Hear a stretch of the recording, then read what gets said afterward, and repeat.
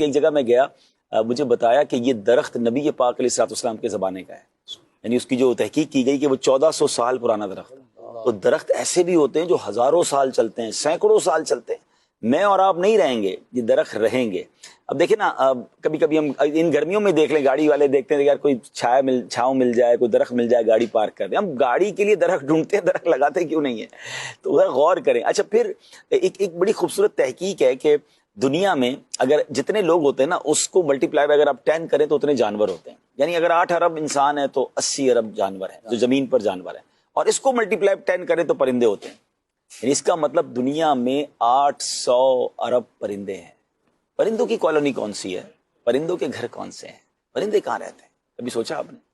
پرندے کسی بلڈنگ میں نہیں رہتے، پرندے درختوں پہ رہتے ہیں۔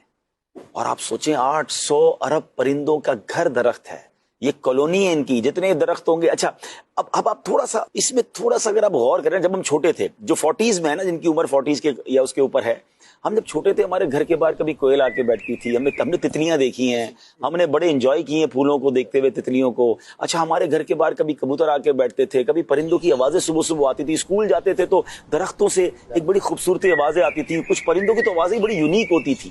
ہمارے اسکول میں بھی درخت ہوتے تھے، ٹھیک ہے؟ اب کہاں ہیں وہ آوازیں؟ اب کہاں ہیں وہ پرندے؟ اب تو آپ کے بچوں کو شاید ان کو بٹر فلائی باغ میں جانا پڑتا ہے۔ یہ سب کہاں گئے؟ ایک غور کرنے والی بات ہے۔ شہر کراچی والوں سے میں بات کر رہا ہوں، ہو سکتا ہے گاؤں میں ابھی بھی نظر آتی ہوں۔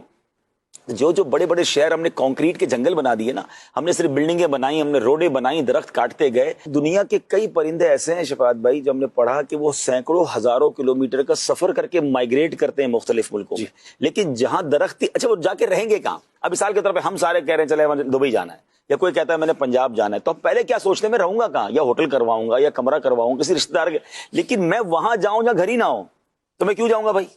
جب گھر ہی نہیں ہے، رہنے کی جگہ ہی نہیں ہے، نہ واش روم ہے میرے لیے، نہ کوئی مکان ہے، نہ کوئی چھت ہے، تو ریگستان میں روڈ پہ جا کر تو نہیں سوؤں گا۔ تو بندہ وہاں ٹریول ہی نہیں کرتا کہ جہاں گھر نہ ہو۔ تو اب جن شہروں میں گھر ہی نہیں ہے پرندوں کے، تو وہ پرندے کیوں آئیں گے ہمارے پاس؟ وہ اللہ کی مخلوق کیوں آئے گی؟ بلکہ میں نے ایک تحقیق پڑھی تھی، میں بھول گیا وہ کون سے جانور کی بات ہو رہی تھی، کہ کسی ملک میں کسی ایک جانور کو جو ہے نا وہ مارنے کا یا دور کرنے کا بنا، اور اس کے خلاف کوئی وہ کی گئی، تو پتہ چلا کہ وہ جب جانور ختم کیا گیا تو اس ملک میں اتنے حشرات الارض بڑھ گئے، اتنے کیڑے مکوڑے بڑھ گئے، کہ بعد میں پتہ چلا کہ وہ جانور تو ان کو کھاتا تھا، ہم نے اس جانور کو ختم کیا تو یہ ہمارے لیے وبا کھڑی ہو گئی۔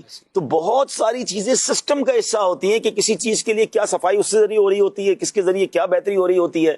اللہ پاک کی یہ مخلوق ہے، جہاں سایہ دے رہے ہیں، جہاں پھل دے رہے ہیں، جہاں آکسیجن دے رہے ہیں، وہاں پرندوں کو گھر بھی درخت دے رہے ہیں۔ لکڑی کے کاغذ لکڑی سے بنتا ہے، تو بہت کچھ ہے، بہت کچھ ہے۔